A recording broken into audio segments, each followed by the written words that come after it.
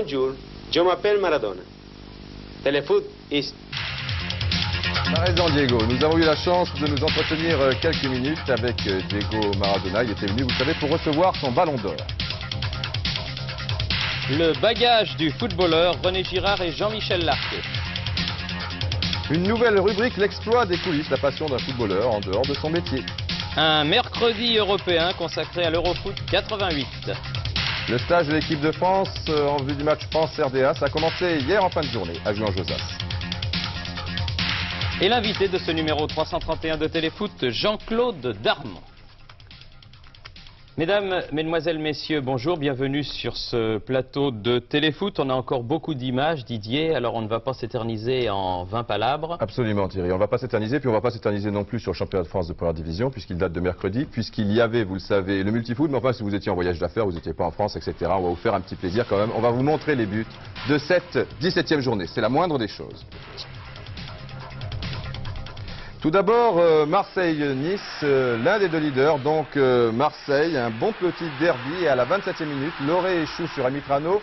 Même chose pour Papin, mais c'est Passy qui a le dernier mot. La troisième était la bonne, 1-0, on pense que ce sera le score à la mi-temps, mais 2 minutes avant la pause, un joli but de Cabrera, intérieur du pied, et Marseille qui se cherche et qui fait comme toujours la différence en fin de partie à la 73e minute. Le premier but d'Alain Giresse au stade Vélodrome, il avait marqué récemment au Havre. Et le deuxième ne va pas tarder, un bon pressing de Papin et intérieur du pied, facile pour Alain Giresse. Victoire de Marseille, 3-1 sur Nice. Si ça marche bien pour Marseille, eh bien ça ne marche pas mal du tout pour le fameux TFC. Le TFC qui recevait Le Havre et qui ouvre la marque par Eric Bellus. L'action menée par Yannick Stopira. Ensuite, on retrouve une superbe action collective et au terme de cette action, Jean-Philippe Durand. Et ça fait 2-0 pour Toulouse et ça fera même 3. Après ce but signé Yannick Stopira, Toulouse bat Le Havre 3-0. Laval-Sochaux. 2 cartons jaunes, les deux d'ailleurs du même côté socialien, mais les 2 buts, eh bien là, un de chaque côté, un très bon travail de Youm extérieur pour Owubokiri. À la 32e minute, Laval mène 1-0, le temps de s'embrasser un petit peu, de remettre la balle au centre et un tir terrible de Morin. Et c'est Fernier qui a bien suivi, il aurait peut-être pu amortir, ben non, grande confiance à la 33e minute, score final 1-1. Histoire de coup de pied arrêté à Metz face à Lille. Black a manqué un premier penalty. Zégnier hérite du second.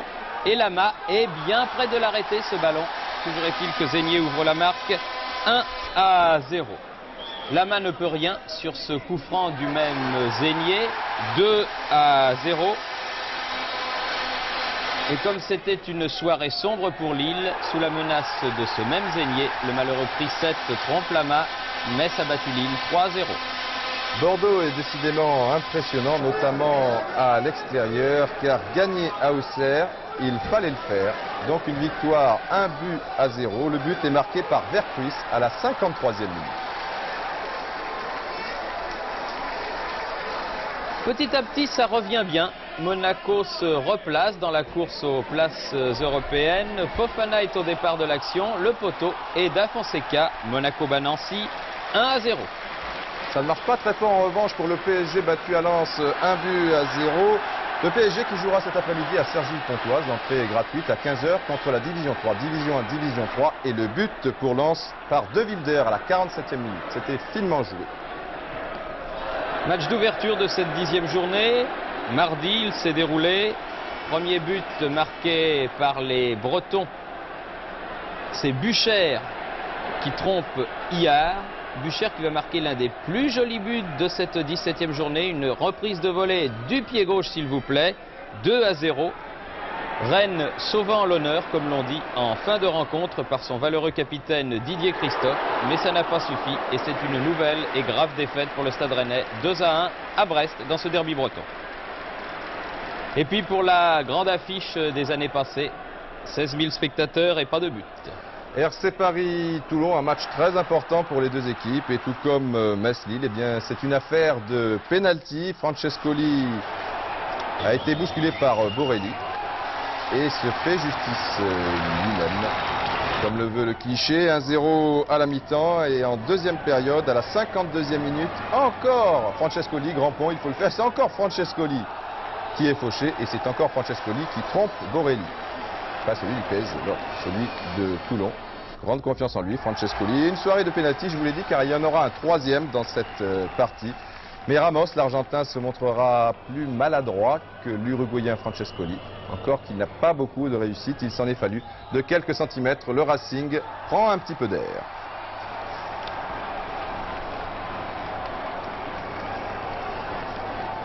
Alors au classement, en tête, pas trop de changements. Toujours Marseille-Bordeaux co-leader. Marseille premier à la différence de but. Toulouse suit à 4 points. Je vous l'ai dit, Monaco réapparaît. Auxerre se maintient malgré la défaite face aux Girondins. Tandis qu'au PSG, on chute un petit peu dans la deuxième partie du tableau. En revanche, c'est très serré. Mais pour Nancy, Rennes et Toulon, là, ça devient grave. Ils sont tous les trois très mal lotis. Il faut que l'on redresse la situation dans ces trois équipes. La reprise de volée, c'est un geste très délicat dans le football. Vous le savez, vous en avez vu une bien belle de Buchère avec Brest. Et vous allez découvrir l'un de nos spécialistes. C'est Jean-Michel Lerquet qui vous le fait découvrir. Et c'est René Girard, le milieu de terrain de Bordeaux, très doué dans les reprises de volée.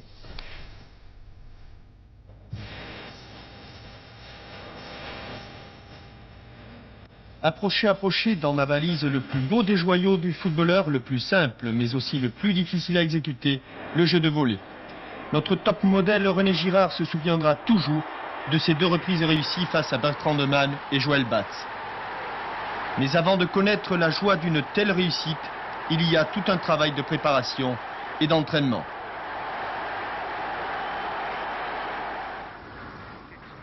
Assouplissement musculaire des ischios et des adducteurs, libération de la hanche dans la position du coureur de haie.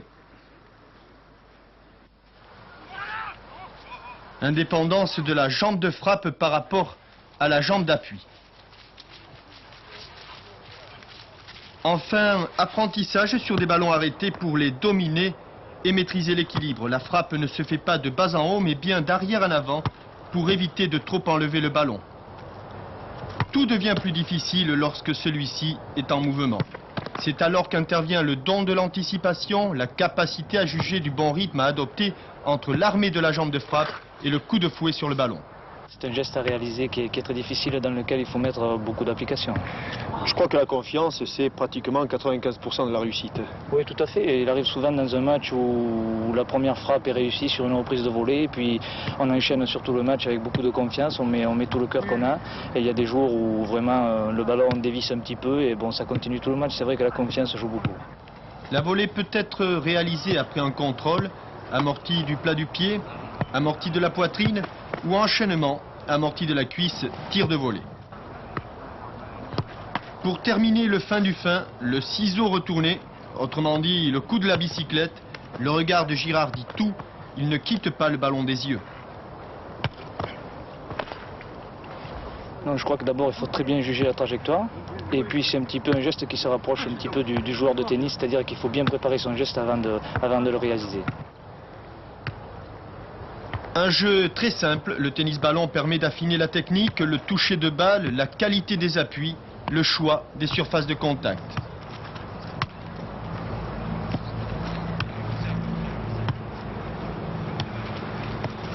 Un jeu d'entraînement paisible qui cache l'explosion du terrain. Alors, un simple geste fait chavirer tout un stade.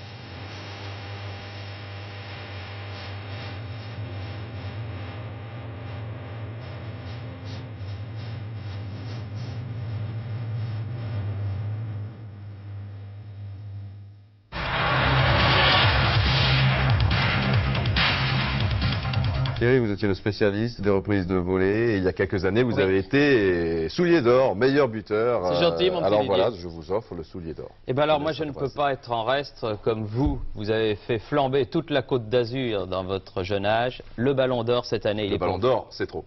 On va vous expliquer. Alors le soulier d'or, le ballon d'or, c'est un classique. Enfin le soulier d'or, c'est un classique que nous devons à Adidas et à France Football chaque année. Là c'était encore plus important qu'il y avait également la Coupe du Monde. Donc il y avait aussi des souliers d'or pour les meilleurs buteurs de la Coupe du Monde. Le ballon d'or pour le meilleur joueur de la Coupe du Monde. Enfin le meilleur joueur de l'année, forcément c'était le meilleur joueur de la Coupe du Monde. Alors nous étions présents mercredi où il y avait du beau monde au cabaret célèbre, cabaret parisien, le Lido. En plus ils aiment beaucoup le football et chaque fois, forcément ça ne peut se passer qu'au Lido avec les Blue Bell Girls. Et vous allez voir quelles sont les équipes, car il y a des équipes aussi qui sont primées, et les joueurs. Tout le gratin, je dis toujours gratin dauphinois, je veux dire le gratin d'aubergine, ça va changer, était réuni là, mercredi dernier, au Lido. Et tout d'abord, le Real Madrid qui a remporté le prix du meilleur club de l'année. Il y a un système, vous devez le voir d'ailleurs chaque fois dans France Football, un nombre de points. Après chaque exploit, on marque 1, 2 ou 3 points. Le Real Madrid a eu 24 points. Et a comme dauphin pas mal d'équipes, le Bayern, la Juventus, Liverpool, le PSV Eindhoven et le PSG. Oui, souvenez-vous, avec cette fameuse série sans victoire, 17 points. Donc un petit trophée aussi pour Francis Borrelli, Gérard Rouillet et Joël Batz, des mains de Jacques Thibert, le rédacteur en chef de France Football. Là, ce sont les équipes. Ensuite, on félicite les meilleurs buteurs de chaque pays. C'était Bocandé avec le FC Metz, Jules Bocandé. Il y avait aussi Hugo Sanchez, championnat d'Espagne. Vous voyez Bastrou, vous voyez aussi Mike Coyce, Lineker. Et puis maintenant, on passe au soulier d'or européen.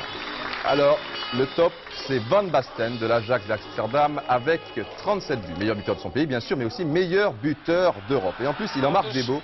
Et là aussi, on peut qualifier cela d'une reprise de volée.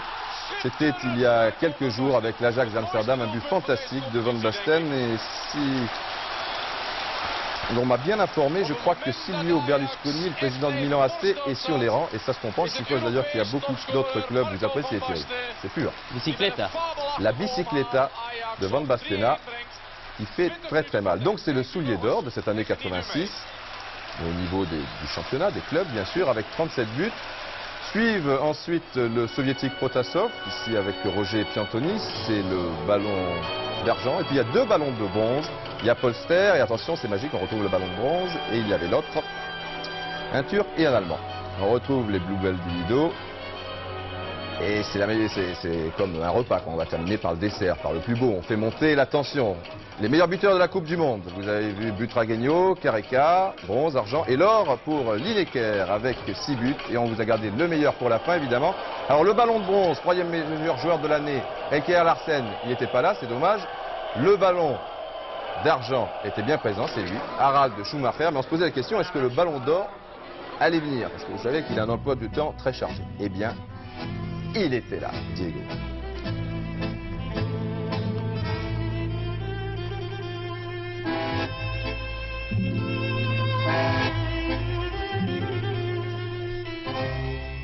Alors si je comprends bien, on est un peu long, alors on poursuit cette intéressante discussion avec Diego la semaine prochaine. Ah non, suite au prochain numéro, non, il faut quand même suivre un petit peu, on était obligé de l'avoir, si Diego Maradona passe par là, Téléfoot doit être présent, donc il y a suite et fin du prochain numéro, on n'est pas trop c'est tout de suite, ah oui, c'est tout de suite. Ah bah oui, c'est la surprise avec Diego, il n'y a pas de problème, on a pu s'entretenir avec lui, vous allez voir, c'est sympa.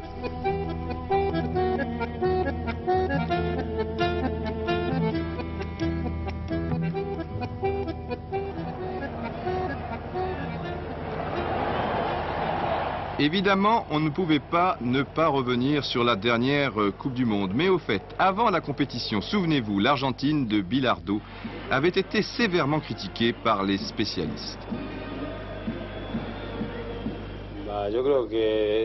Bon, je crois qu'en football, personne ne détient la vérité. Je crois que les journalistes argentins ont exagéré quand ils ont dit du mal de la sélection de Bilardo. Mais après le mondial, évidemment, ils se sont tus. Pour nous tous, cela a été une grande satisfaction car nous savions que nous étions en mesure de gagner la Coupe du Monde. Nous sommes devenus forts et nous avons prouvé à ces journalistes qui ne comprenaient rien. Maradona jouait gros. Souvenez-vous, il avait complètement raté sa Coupe du Monde en Espagne en 82.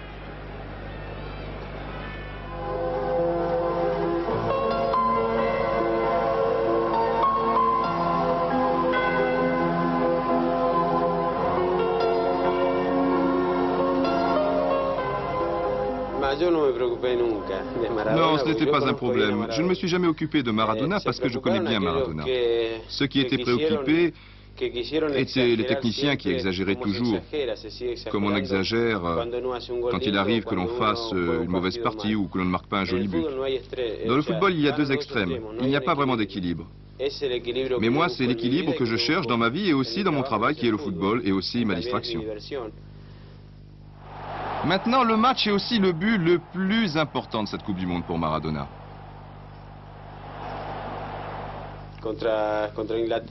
C'est le deuxième but contre l'Angleterre.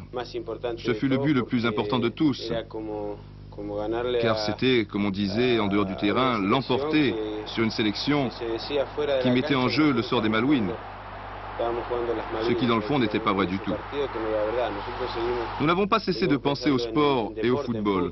Et c'est pour ça que ce but était très important pour nous, parce qu'il assurait le résultat. Et pour tous les Argentins en général, cela voulait dire battre les Anglais, pas seulement l'équipe, battre toute l'Angleterre réunie, battre les îles.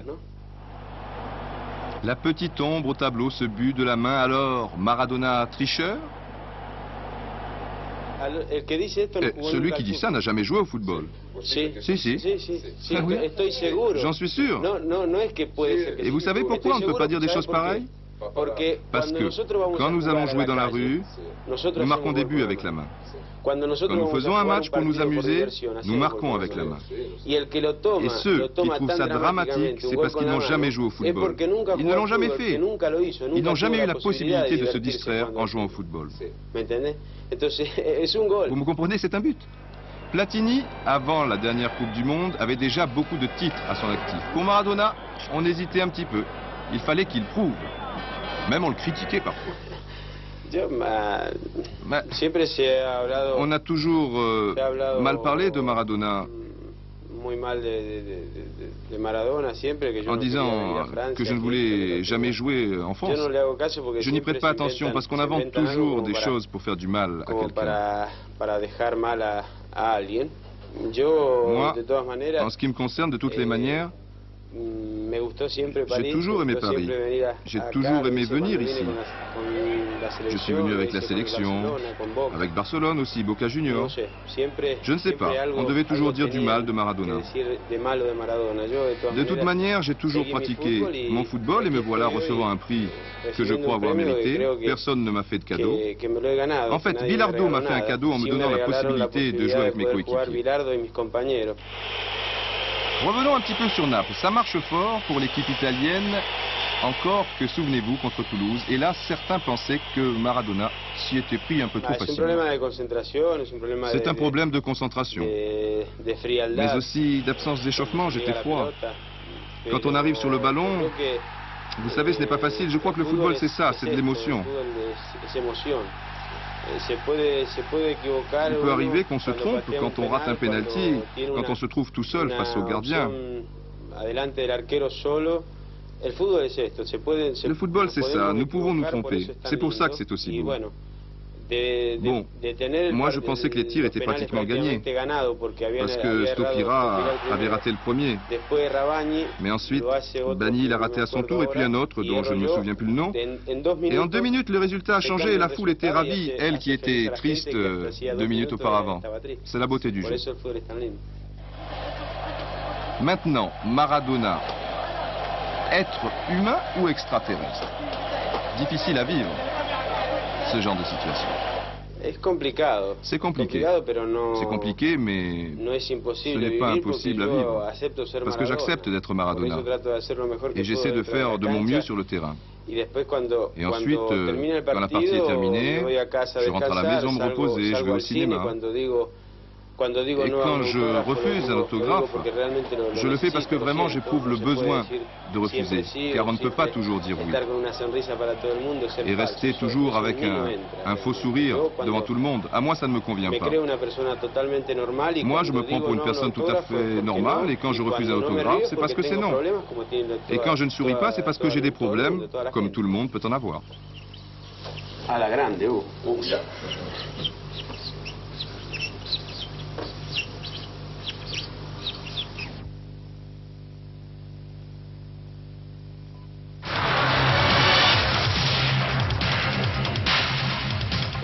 tiens quand même à remercier Pacom Delacroix et Annie Lachaud, deux personnes d'Adidas qui m'ont quand même facilité les choses. On a fait preuve de patience. Et puis Madame Vidinic aussi, ils ont été très sympas. Je crois qu'on enchaîne maintenant avec l'Europe. Hein, eh bien oui, on va enchaîner avec l'Europe. Adidas est une marque européenne. On va enchaîner avec l'Europe. C'était un mercredi d'Eurofoot. Il y en avait pour tous les goûts. Et nous allons commencer par un match très important qui s'est joué à Séville entre l'Espagne et la Roumanie.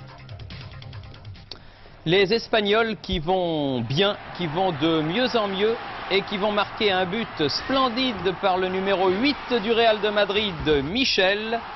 1-0 face à la Roumanie. En fin de match, cela aurait pu faire 2 sur cet indiscutable penalty, mais Butragueño va voir son tir stoppé par le gardien roumain, pourvu que ce but ne manque pas l'Espagne en fin de classement.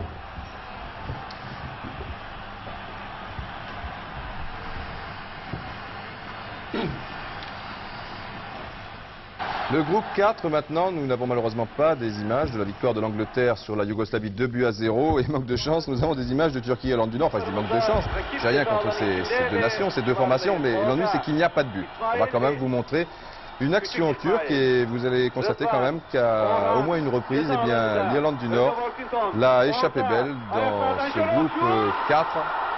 Le classement, donc l'Angleterre est bien en tête, bien seule en tête avec 4 points, mais il faudra évidemment se rendre en Yougoslavie l'année prochaine.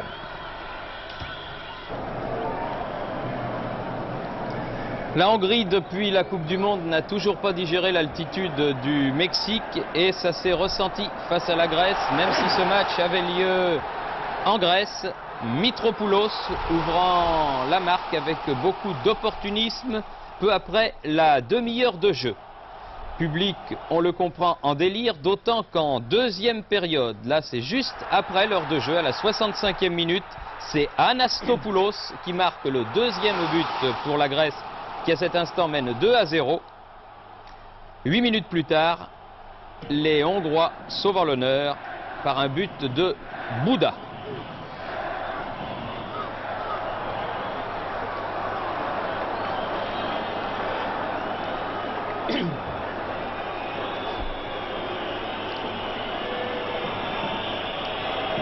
Et un bon résultat pour les Danois qui sont allés prendre un point à Prague. Pas évident, les Français en savent quelque chose. Dernier match enfin de cette soirée européenne, comptant pour le groupe 7 entre l'Écosse et le Luxembourg. Ça se passe en Écosse. Là, il y a peut-être une main. C'est ce qui s'appelle un penalty de compensation. Penalty qui va être tiré par le spécialiste écossais Cooper. Et c'est amusant, comme les Écossais jouent en maillot bleu marine. Et l'arbitre, vous le voyez à gauche, il est en orange. Parfois, il est en jaune. Mais le gardien de but est en jaune. Alors, c'est compliqué. Donc, but de Cooper. 1-0 pour l'Écosse, qui va marquer d'ailleurs un deuxième but, toujours par Cooper, à la 38e minute. Cette fois, ce n'est pas un penalty. Voilà, c'est fin. Ça se complique. Un coup de souris. Bim. Un petit contre favorable. Cela fait 2-0. Luxembourg quand même a bien résisté puisqu'il ne s'est incliné que 3-0. Le troisième but étant marqué par Johnston à la 67e minute qui a des faux airs de Denis Lowe, ancienne gloire de Manchester United, Manchester City aussi ensuite, qui était écossais d'ailleurs, enfin tout au moins dans la coiffure. Et voici donc le classement de ce groupe. L'Écosse est en tête avec 4 points. Attention à la Belgique. Voilà, ben on va avoir droit à notre petit sablier. Vous connaissez le principe, je vous le donne. Il a changé, superbe. Hein. Jean-Pierre Darmon, vous occupez des intérêts de la fédération. On parle beaucoup du match France-RDA. Sera-t-il télévisé ou pas? Il y a un problème. Vous êtes sur la sellette. Eh bien, je vous laisse au bon soin de tirer au blanc. Vous avez 3 minutes. C'est parti. Alors, Jean-Claude Darmon, si j'ai bien compris, pas de RDA France à la télévision mercredi prochain. Au contraire, Thierry, il y aura le match RDA France à la télévision. Nous avons eu des problèmes avec Etherverboom qui a les intérêts de la publicité en RDA. Ces problèmes ont été résolus vendredi et donc il n'y a aucune difficulté à ce que ce match soit retransmis. Donc si je comprends toujours bien, c'est une fois de plus Jean-Claude Darmon qui a obtenu satisfaction.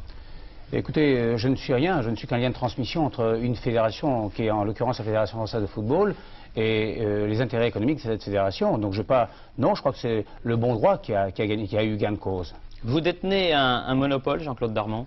Je n'ai aucun monopole, je suis leader d'un métier que j'ai inventé et je suis obligé d'être efficace pour rester le premier. Vous n'avez pas que des amis? J'ai beaucoup d'amis, ils ne sont peut-être pas dans ce milieu, mais vous savez, en France, quand on réussit, on n'a pas beaucoup d'amis. Je voudrais vous poser une autre question, Jean-Claude Darmon. Si on vous présente, qu'est-ce que l'on dit? Jean-Claude Darmon ange ou Jean-Claude Darmon démon? Tout personnage a un côté ange et démon, c'est le pavé mosaïque du noir et du blanc. Pour ma part, j'essaie d'être utile dans ce milieu, car si je ne l'étais pas, je pense que je serais broyé. Juste une petite question, Jean-Claude Darmon. Pourquoi il n'y a failli pas avoir de match retransmis? J'aimerais savoir pourquoi. Écoutez, la Fédération de football génère ses propres ressources économiques. Nous ne sommes pas une fédération d'assistés. Et par le même, chaque fois qu'il y a un match de l'équipe de France, nous essayons d'obtenir le meilleur produit financier. Là, en l'occurrence, on a le sentiment d'avoir été un peu floué par la fédération, enfin par l'Interverbund en Allemagne de l'Est, et c'est vrai qu'on a envisagé, que la fédération a envisagé de ne pas retransmettre, mais la preuve que tout va bien, c'est que ce match sera retransmis. Si je comprends bien, la publicité donc passe avant le football? Absolument pas. Rien ne passe jamais avant le football, du moins pas dans cette fédération française. Sans vous, Jean-Claude Darmon, il n'y a pas de football à la télévision? Si vous dites non, c'est non, il n'y a pas de football. Je n'ai pas ce pouvoir. Moi, je n'ai que le pouvoir de transmettre à mes présidents un dossier solide, et à eux, il leur appartient de dire oui ou non, pas Jean-Claude Darmon. TF1 va être privatisé, Didier Roustan et moi, on est virés au mois de mars prochain. Si on veut monter une entreprise de télévision et de faire de la publicité autour des stades, on va se heurter à vous. Bien, vous allez vous heurter au premier de ce métier, de cette profession, mais vous heurter, ça ne veut strictement rien dire. Le marché est libre, c'est le marché de la libre concurrence, de la concurrence libérale. À vous de prendre votre part de marché. Vous respectez vos concurrents? J'ai un profond respect pour eux, à condition qu'ils me respectent eux-mêmes. Parce que ça n'est pas le cas. C'est pas toujours le cas, mais dans tous les cas, moi je ne cherche pas le respect de la concurrence. On parle beaucoup en ce moment, Jean-Claude Darmon, des rapports entre le football et la presse. Vous pouvez me donner votre opinion là-dessus? Écoutez, je dis que il n'y a pas de football sans presse, mais je me demande s'il y a une presse sans football. Alors, vous pensez que tout ce qui s'est passé actuellement et ce qui se déroule encore peut, dans les mois, dans les jours, dans les semaines qui viennent, s'arranger? Écoutez, je suis convaincu qu'il y aura un arrangement, parce que les deux parties y ont intérêt, c'est évident. Pour ma part, je crois qu'il faut respecter le football, et je crois que la presse ne l'a peut-être pas totalement compris. On est en train de trouver un accord, d'ailleurs à grands pas. Et tant mieux pour les lecteurs, tant mieux aussi pour le football, parce que je l'ai bien dit, on a besoin de la presse. Vous n'êtes pas que Jean-Claude Darmon football, on sait que vous vous occupez d'autres sports. C'est Jean-Claude Darmon carnivore? Écoutez, j'ai connu les herbivores, les carnivores, je sais pas, j'essaie d'être, je l'ai dit tout à l'heure, le meilleur de ma profession, d'être le champion, et par là même, j'attaque effectivement d'autres sports. Merci Jean-Claude Darmon. Oui, parce que normalement on attendait le gong, mais je crois qu'il y a un problème, c'est qu'il y a quelques grains qui se sont bloqués. Mais enfin, effectivement, ça doit faire pas loin de 3 minutes. Voilà, vous êtes formidable pour le gong, Thierry. Alors on va continuer avec la Coupe du Monde. C'est curieux, enfin là c'était un match du championnat d'Europe des Nations, donc RDA France. Une information pour Téléfoot, vous savez donc que ce match sera retransmis d'ailleurs chez nos amis d'Antenne 2 mercredi prochain. Alors la Coupe du Monde, pourquoi la Coupe du Monde? C'est curieux, bien tout simplement parce qu'elle va se dérouler en Italie en 1990 et déjà au jeudi au palais du Quirinal. Eh bien, on a découvert le sigle, le logo, enfin, c'était une grande première. Et ce n'est pas cela finalement le plus important, encore que notre Pinocchio est très joli, Thierry. Ben, ça veut dire que c'est Pinocchio, c'est l'emblème. Pour l'Espagne, c'était l'orange, ben là, c'est Pinocchio. Voilà, italien. Mais enfin, le plus important, c'est que l'avvocato Agnelli, vous connaissez, le président de la Juventus de Turin, se trouvait à cette réunion. Il a été pris à part ensuite par nos confrères italiens et il a déclaré certaines petites choses sur Platini qui peuvent ne pas faire plaisir à notre numéro 10 national. Voilà. Agnelli implore Platini, Agnelli pleure Platini. Si tu ne peux plus jouer, si tu ne peux plus giocare, jouer à ce niveau. Là. Voilà, si tu ne peux plus jouer à ce niveau, eh bien, il faut te retirer. Alors on peut le prendre de plusieurs manières. C'est vrai que l'avvocato aime toujours beaucoup Platini, que c'est un des joueurs, c'est le seul avec Sivori à amuser Platini, amusé au bon sens du terme, hein, car il le divertit, il a toujours adoré Platini. Mais bon, il se trouve que maintenant, il trouve regrettable que Platini termine sa carrière de la sorte et il trouve que c'est dommage qu'un grand champion comme Michel Platini termine peut-être sa carrière pas en signant des autographes sous les sifflets. Alors il dit aussi que maintenant Michel Platini a 31 ans et il est peut-être pas fini physiquement, mais assez éprouvé moralement aussi quand même, que ça a été le premier joueur de France pendant longtemps, le premier joueur du monde aussi. C'est vrai qu'il a un petit peu, enfin pas raté sa Coupe du Monde, mais il n'a pas été au super top niveau, il était handicapé par une blessure. C'est vrai que la Juventus a été éliminée par le Real Madrid récemment, à un stade de l'épreuve où il est assez rare de l'avoir quitté comme ça la scène internationale. C'est vrai aussi qu'en championnat ça ne marche pas vraiment fort pour Platini et les siens, puisque la Juve a été battue sur son terrain, au Stadio Comunale, par Naples, ce qui n'était pas arrivé depuis je ne sais combien d'années. Et c'est vrai que Platini marque le pas depuis le début de la saison, comme en témoignent par exemple les notes, vous savez, que donne la Gazzetta dello Sport. Non, 6,5, c'est pas trop mal. Mais Platini a beaucoup eu des 5,5, ce qui est très moyen, et même des 5. C'est en général lorsque l'on passe à côté de son match. Alors, il reste 6 mois à Platini pour prouver qu'il puisse revenir vraiment au top niveau. Le tout est de savoir s'il souffre encore vraiment de sa blessure, s'il en aura les moyens et s'il marquera beaucoup de buts de la sorte comme ça avec la Juventus, mais aussi évidemment avec l'équipe de France. Alors Michel Platini, vous le savez, ne parle pas sur TF1, donc c'est dommage, mais il a déclaré à certains confrères que ce genre de réflexion du président Agnelli, de la Juventus du Turin, lui faisait plaisir, car cela prouvait que le président le tenait en estime. Alors bon, avec Michel Platini, on ne sait pas, on peut prendre ça au premier, deuxième, troisième degré. Lui seul le sait. En tout cas, je vous parlais de l'équipe de France, c'est quand même le plus important. Lui aussi, quand même, il joue gros. Et Philippe Pouy s'est rendu au stage de l'équipe de France qui a débuté hier. C'est la séquence météo foot avant France RDA.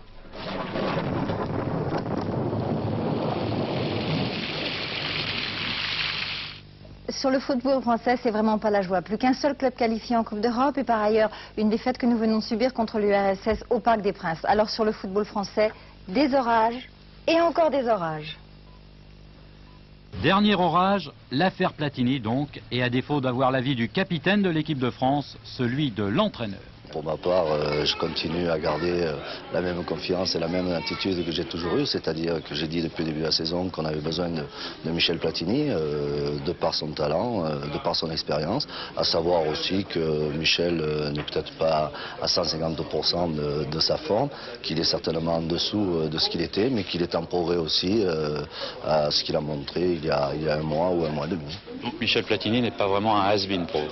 Écoutez, on ne va pas commencer à employer des termes extraordinaires ou de retraités ou de vieux garçons. Je pense que Michel, à 31 ans, n'est pas très vieux, n'est pas très âgé et qu'il a largement sa place sur le plan international. Et je crois que pour faire taire toute polémique, quelle qu'il soit, eh bien, la meilleure des réponses qu'il peut nous donner, c'est sur le terrain mercredi.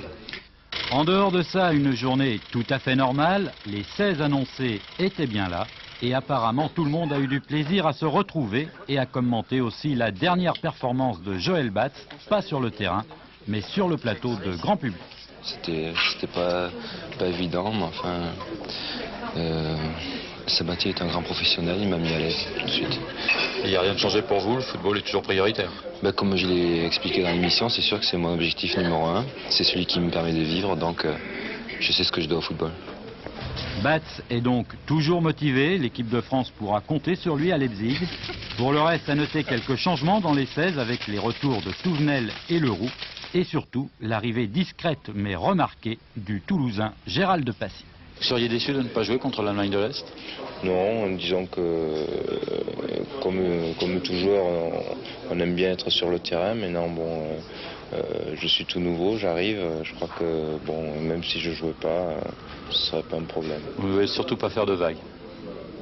Non, c'est pas mon genre. Vous avez une bonne carte à jouer finalement dans cette équipe? Bien, oui, enfin disons qu'il y a toujours des places à prendre, peut-être un petit peu plus maintenant dans la mesure où Luis n'est pas là, mais c'est sûr que bon, si j'ai à être titulaire dès le début du match, à moi de saisir cette chance. Alors, cette première journée de stage s'est terminée dans la bonne humeur. Le quotidien La Marseillaise et le peintre Arlandis ont offert leur portrait aux joueurs. Une joyeuse découverte pour Bellone, Verfries et les autres. Non, Leroux, ils vont chercher l'erreur. C'est moi. Surtout les oreilles. C'est vrai. Ça c'est Bibar. Non, c'est bien. Au cognac. Toujours au cognac. Pareil. Non, presque. En haut à gauche. Ah, Thierry, ouais. Merci, jeune homme. Tu m'as pas raté, hein.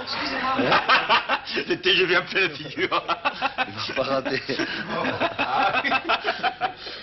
Pour le football est-allemand, c'est la grande interrogation puisqu'il a été absent de toutes les grandes manifestations. C'est le brouillard donc, mais peut-être des chances d'éclaircie grâce à son bon match contre l'Islande. Les Allemands de l'Est ont fait l'essentiel en gagnant 2-0 face à l'Islande. Un premier but marqué par Tom. Le deuxième le sera par Kirstein. Résultat, la RDA compte 3 points puisqu'en plus de cette victoire, elle a également réussi un nul devant la Norvège. On verra bien mercredi prochain. Les footballeurs, bon, ont une passion évidemment, c'est le football. Et parfois ils en ont une autre, ils s'y débrouillent très bien. Alors c'est la raison pour laquelle nous avons inventé une nouvelle rubrique, l'exploit des coulisses. Et non les coulisses de l'exploit, effectivement, c'est un petit clin d'œil qui était voulu. On a cherché la musique pour illustrer le petit générique qu'on vous a préparé, mais on l'a pas trouvé. On l'aura la prochaine fois, alors pour l'instant, on l'a chanté. L'exploit des coulisses avec Martini.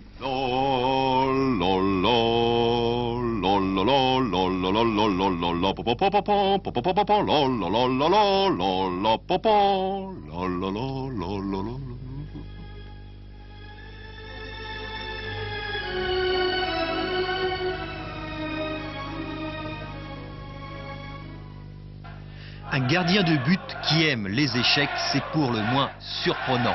Mais attention, pas n'importe quels échecs. Pour Martini, c'est simplement 32 pièces, 64 cases, un violon d'ingre qui s'accorde avec le football. Le football n'est pas un jeu aussi rationnel que les échecs. Il offre cependant de multiples combinaisons qu'on retrouve aussi par l'intermédiaire de ce jeu-là. Ce qui permet peut-être à Martini de sauter les obstacles.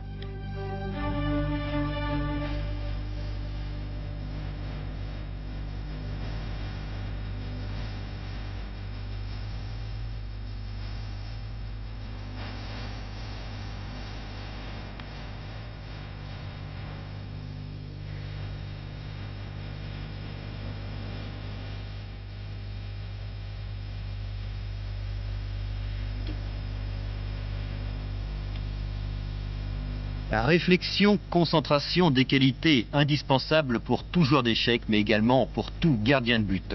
Mais plus important, c'est la soif de victoire qui fait la différence dans ces deux sports. Plus on gagne dans une partie, et plus on a envie de gagner, et par conséquent, son ambition est augmentée à force de remporter les victoires.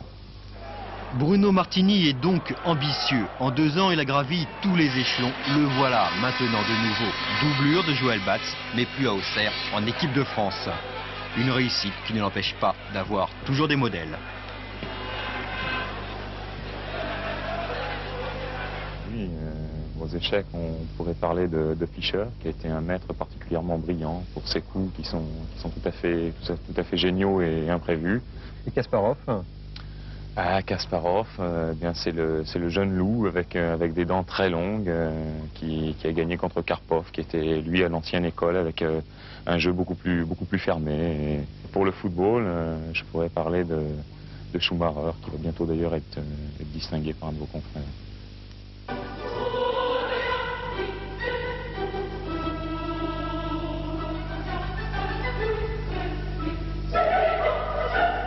C'est très important d'essayer d'aiguiser sa concentration dans la mesure où on est toujours gêné par le milieu extérieur qui nous entoure, c'est-à-dire les spectateurs, voire les caméras, les photographes. Et par conséquent, il faut toujours essayer de faire abstraction de ces éléments extérieurs pour pouvoir se concentrer uniquement sur son match et sur le ballon.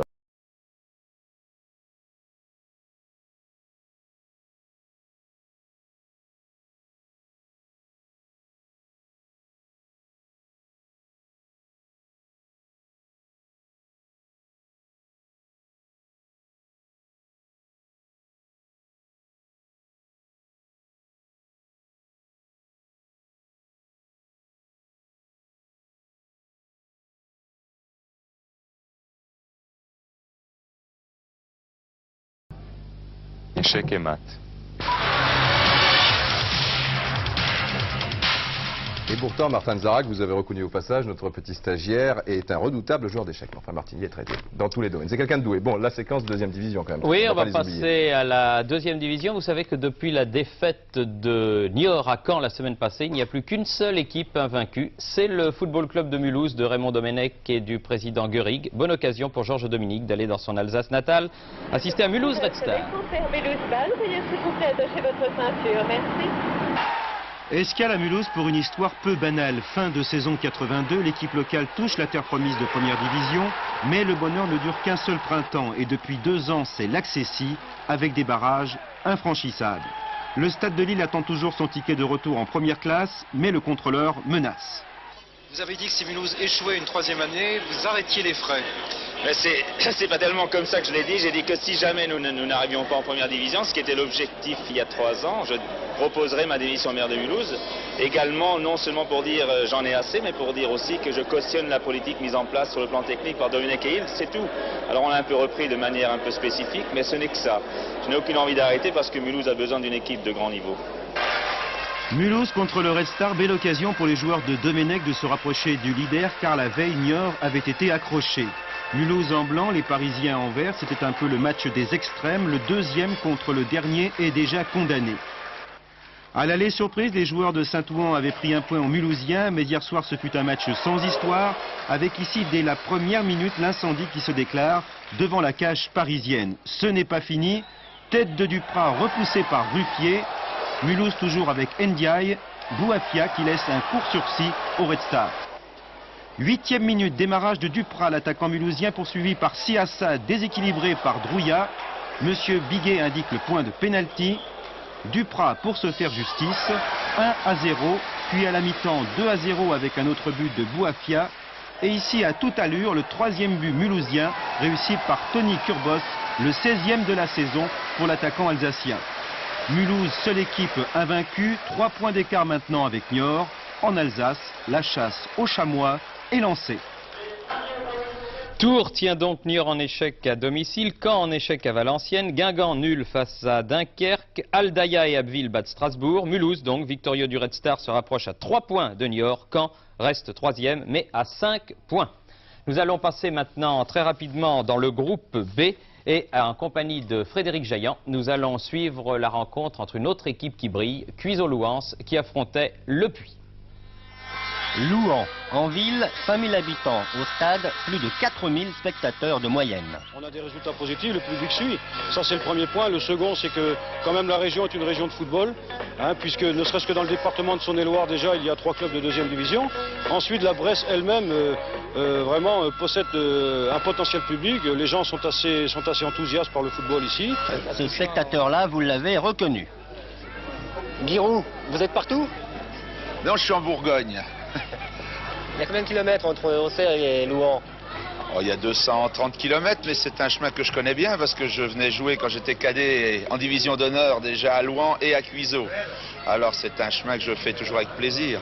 Rêve des joueurs, la 3e place. Elle permettrait de disputer les barrages. Ce soir, une nouvelle occasion vous est donnée de jouer c'est important, et tous ensemble, et sans oublier l'efficacité. Efficacité, les joueurs de René Lelamer en jaune ont retenu la leçon. 2 minutes de jeu, Le Puy concède un corner à l'arrivée, un but que l'on donnera à Valo contre son camp ou alors à Jean-Luc Jacquinot. 23 ans, ancien stagiaire à Nancy. En tout cas, Cuiseaux-Louhans mène par 1-0. Et Le Puy, avec cette tête de Zemb, a bien failli encaisser un 2e but. L'alerte a été chaude. La réponse, elle, vient après 20 minutes de jeu, une action et un tir de Guy Nocibor avec le numéro 11 sur la droite, mais ça passe à côté. Pour en revenir à Giroud, il faut préciser que l'un de ces jeunes joueurs prêtés pour 1 an à Cuiseaux-Louhans était hier soir sur le terrain. Il s'agit de Ferhat Kirat, il est très vif, il joue ailier. Kirat, c'est lui qui reprend ce centre de Zemb, il s'en faut de bien peu. Quant à Alain Zemb, on le retrouve après une demi-heure de jeu, il marque son 8e but de la saison et permet à Cuiseaux-Louhans de mener 2-0. Juste avant la mi-temps, Le Puy se procure sa meilleure occasion de marquer. Un tir de Frédéric Antonetti, pas de chance, c'est le poteau qui renvoie. Le Puy qui domine en début de deuxième période, Le Monnier entre autres, aurait pu conclure, mais bonne partie de Mattiello, le gardien de Cuiseaux-Louhans. Et l'équipe du président Durier aurait même pu marquer un troisième but, mais la tête de Germain passe au ras du poteau, même sort pour ce tir de Gianetta. Finalement, plus rien ne sera marqué, le Puy a donc été battu 2-0. Encore une victoire pour Cuiseaux-Louhans qui se maintient aux premières places du classement. Rappelons que cette équipe jouait l'an dernier en 3e division. Bravo Cuiseaux-Louhans, et vraiment un match qui semblait très animé. Donc les résultats de cette 19e journée. Montpellier qui avait battu vendredi dernier Martigues 1-0 est désormais seul en tête car Lyon a été accroché à Bastia. Cannes qui a battu Nîmes 2-1 revient lentement mais sûrement pour le reste. À vous de voir. Alès est toujours bien classé aussi, puisqu'il a battu Bourges 2-0. Voilà, c'était très important cette journée, très important aussi pour les parieurs dont vous faites partie. Thierry, mais vous avez un petit sourire. Non, vous avez explosé. On va voir la grille du loto. C'est difficile. Non, mais c'est la dernière semaine, puisque vous le savez, à partir de la semaine prochaine, on pourra gagner à 12, voire même à 11. Ça dépendra évidemment de ceux qui auront 16, 15 ou 14. Mais enfin, cette semaine encore, c'était pas commode. Il fallait prévoir notamment la réaction de Béziers. C'est amusant, il n'y a pas une seule victoire extérieure. Face à Montceau-les-Mines, exact. Mais il y a beaucoup de résultats nuls. Bien. Enfin, je rassure mes nombreux admirateurs, c'est pas encore pour cette semaine. C'est pas encore pour cette semaine. Mais cette semaine, enfin, elle est très importante, ce dimanche est très important. Vous êtes fébrile, Thierry, car c'est le 512e de finale. 512e de finale de la Coupe de France, c'est le 5e tour. Alors je crois qu'il faut souhaiter bonne chance à toutes les équipes qui y participent, notamment des petits clubs parisiens, comme Gentilly, par exemple, qui dispute pour la première fois ce 5e tour, ou le Variété qui va jouer à Versailles. Alors tous à Versailles, vers 14h30. Pas pour voir le roi, parce qu'il est plus au château, vous le savez. Mais il y a le Variété, le Racing Club de Versailles à Montboron. Un beau match à suivre, 14h30. D'accord Thierry, nous y serons. Et puis une petite surprise pour terminer, je vous ai préparé un petit montage spécial. Il y avait Maradona, donc avec Thierry Brunner, mon fidèle lieutenant. On ne pouvait que terminer avec... Encore un Thierry, décidément, c'est une manie. On pouvait terminer qu'avec Diego. C'est pas Thierry, hein. C'est pas Didier non plus, c'est Diego. Ça commence par la même initiale, bon, le truc. Voilà. Au revoir, à bientôt. Et il écrit en français en plus. Je vous l'ai dit qu'il était doué ce garçon.